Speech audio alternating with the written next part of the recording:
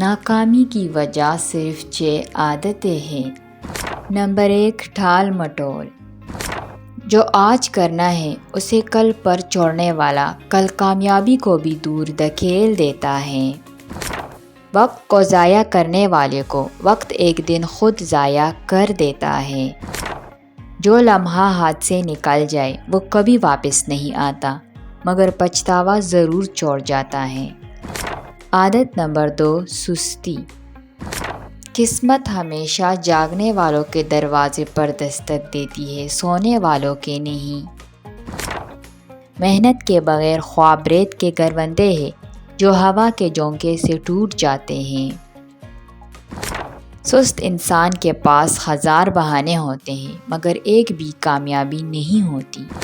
عادت نمبر 3، بے صبری۔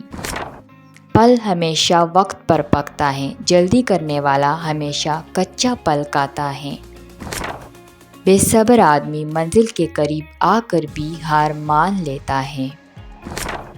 صبر نہ کرنے والا دراصل اپنی کامیابی کو ادھورا چھوڑ دیتا ہے۔ عادت نمبر 4، منفی سوچ۔